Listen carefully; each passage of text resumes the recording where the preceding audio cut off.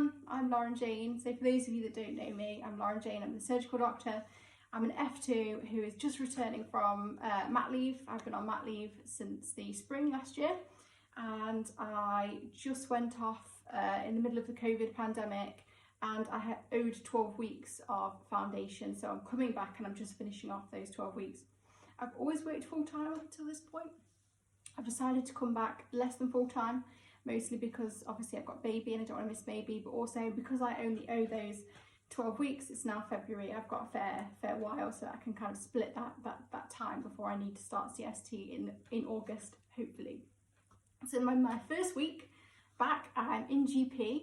I was quite nervous to begin with, to be honest, because one of the things that's a bit of a downside as a medic is that, especially a foundation doctor, is that because we do constant rotations, you never know anyone. As soon as you're getting to know people, as soon as people are starting to invite you out for drinks and things like that, and as soon as you're starting to know the job, you're off to the next rotation, which can be really, I find it quite soul destroying actually, because you're just sort of getting comfortable with something and then you move on. The thing where this becomes a bit problematic is if you're not very well, or you know something's going on at home, you've not earned up any goodwill or good graces for someone to say, oh, you know, Lauren-Jane's usually a brilliant worker, etc, etc. So one of the things that I've been concerned about is just basically that not only am I coming back from maternity leave, but I'm coming back from maternity leave to go to a rotation that I've not done since medical school, and I'm coming back to people who don't know me. So you know, I always think, you know, if I'm a bit wobbly, that they haven't seen me pre-mat leave effectively, so I was worried about that. I'm only working 2.5 days, so it's 3 days really. I'm at 60%, but half of that is a study afternoon, which is brilliant for those of us who want to obviously be at home. So I'm obviously studying at that time, but at least, you know, I'm travelling at lunchtime, things like that. So first week in GP, obviously it's COVID, isn't it? So everything's changing. When I was last in the hospital, we were wearing masks and things like that, but we weren't necessarily doing things that COVID's become the new normal. So seeing patients, they're being chaperoned around the GP surgery. We've obviously moved to an online system where the patient will use an online system to chat to a GP, and a GP will either call back via telephone, video call, or potentially ask for photos or arrange for someone to come in if they need to be seen. One of the things that I've noticed is that we're obviously not seeing the bread and butter usually in GP at this time of year is things like chest infections, colds, fevers. But obviously all those patients are being redirected out because of COVID. So that's been something that I've had to kind of get used to. So as a junior doctor or as a med student, I am anyway, much more comfortable seeing things like tummy pain or the chest, because that's sort of where our education focuses. At the moment, the things that are being seen in GP are like rashes on babies and, you know, ear problems and things like that. And that's proper GP fodder that, you know, what GPs do is amazing. They're generalists and they really know what they're doing.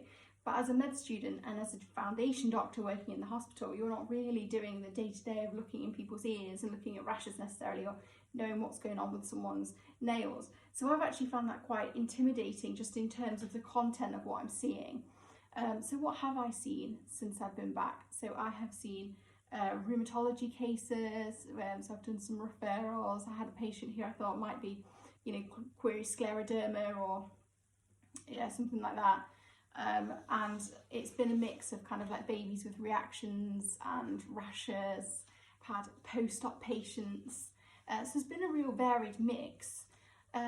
Do I think GP's for me? Obviously, you know, for those of you that watch my videos, you probably know that I want to be a surgeon. What is interesting is that you can do GP with a surgical kind of portfolio. So doing vasectomies in the community, you can be a GP and do surgery 2 days a week, doing things like vasectomies, or you know, a minor ops list, completely available for people to do.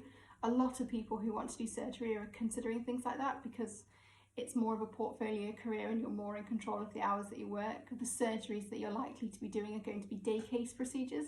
So you're not going to be working hopefully nights and weekends and things like that. So if you are interested in surgery, there is a place where GP and surgery transect. Was I thinking about that when I started this week? Probably not, no. GP is not for me.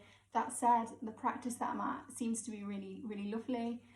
I have to say, I do find it more lonely than usual. So I've always found that GP tends to be a bit more isolated because you're so busy. You are in a room doing a clinic basically all day. I don't feel like there is much MDT working, and where most of your socialisation comes is at lunchtime, where you're all mixed or group training sessions. And the thing with COVID is that obviously we're trying to distance ourselves as much as possible in the lunchroom, or we're trying to get away from group training. The thing that I have always loved about GP is meeting patients and being able to see those patients, you know, when they come back after a few weeks, and really getting to have a chat with someone. Sometimes people are really lonely. GP is really the place where you're going to see those people. And it can feel really nice to be the person that, you know, someone who's a bit older perhaps doesn't leave the house, that they come and have a chat to you, and perhaps you're the first person that they've chatted to in a while. And all that really has gone because we're in telephone consultations, so it tends to be a bit more to the point. There's less of an ability to build a rapport, or so it seems.